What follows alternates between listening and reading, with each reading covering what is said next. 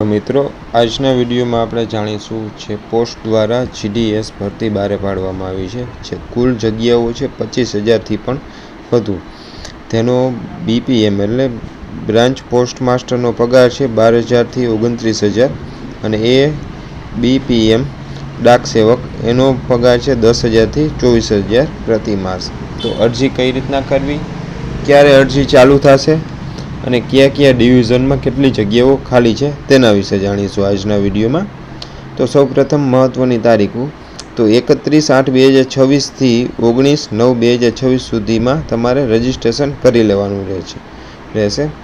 અરજીની ફી ભરવાની તારીખ છે 2/9/2026થી 21/9/2026 સુધીમાં તમારે ફી ભરવાની રહેશે. પછી ત્યારબાદ અરજીમાં કોઈ પણ પ્રકારનો કાંઈ સુધારો તમારે એડિટિંગ કરેક્શન કે કંઈ કરવાનું હોય તો તેની સ્ટાર્ટિંગ ડેટ છે 23/9/2026થી 24/9/2026 સુધીમાં તમે કરી શકો છો.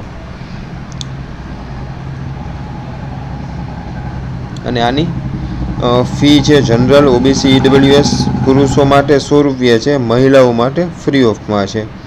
અને પસંદગીની પ્રક્રિયા છે 10માની માર્કશીટના મેરિટના આધારે છે.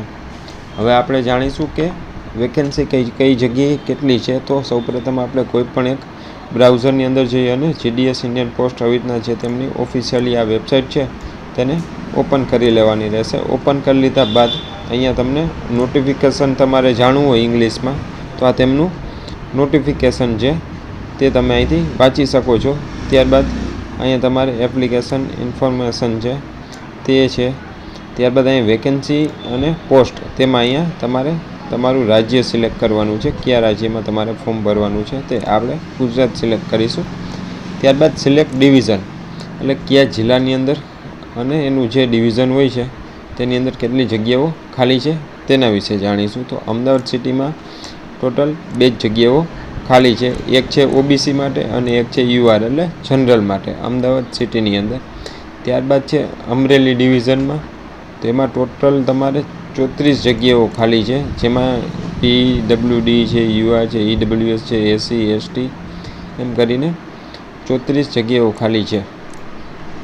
ત્યારબાદ આણંદ ડિવિઝન આપણે ચેક કરીશું. આણંદ ડિવિઝનમાં આપણે 4 જ જગ્યાઓ ખાલી છે, જે તમે અહીંયા જોઈ શકો છો કઈ કઈ જગ્યાઓ ખાલી છે તે.